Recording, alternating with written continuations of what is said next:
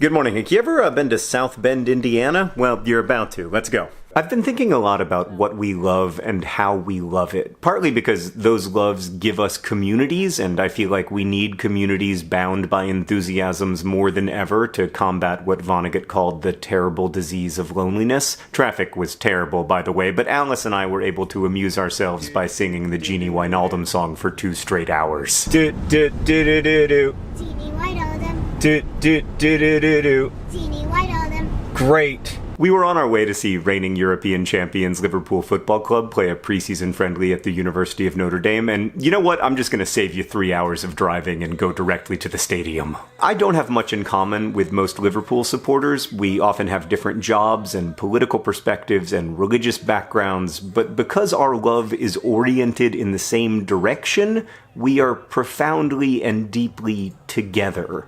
We sing the same songs, and even if we don't know each other, we kind of share a history. I've met Liverpool fans from Indianapolis to Sierra Leone, from Hollywood to Stockholm, and it's always the same. We remember together. We tell each other where we were in 2005 when Steven Gerrard lifted Liverpool's 5th European Cup. I was in Alabama celebrating my engagement to Sarah. My first novel had been published 6 weeks earlier. I was 27. And now, I guess, we will tell each other where we were in 2019 when Jordan Henderson lifted the trophy for Liverpool again. At the stadium, singing with other Liverpool fans songs that in cadence and spirit are really hymns, I felt again the great gift that football has given me. It's made me part of a massive, sprawling, inclusive us. But of course the risk is that us's can also create thems. As Melinda Gates has written, every society says its outsiders are the problem, but the outsiders are not the problem. The urge to create outsiders is the problem.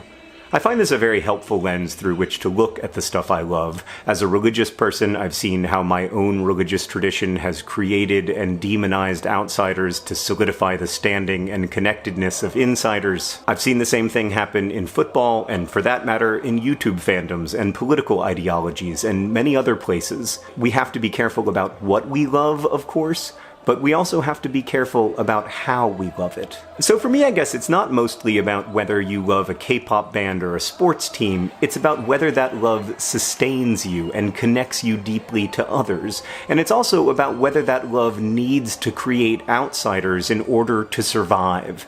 Can you be a Christian without damning those who aren't? Can you be a Liverpool fan without hating Manchester United? Can the us survive without a them to fuel it? At halftime, Alice and Sarah and I got to meet Liverpool legends Patrick Berger and Ian Rush, and in a moment of incredible generosity, they brought out the European Cup for us. I'm not afraid to say that I wept. I was thinking about the 14 years between trophies. 14 years with Sarah, 2 amazing kids, some books, a couple YouTube channels, some hard times, a lot of good ones. 14 years.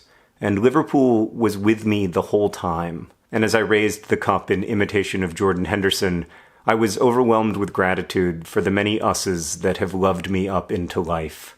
I often wonder what the point of it all is, but in that moment, I knew the point. The point is to gather, the verb that gave us together.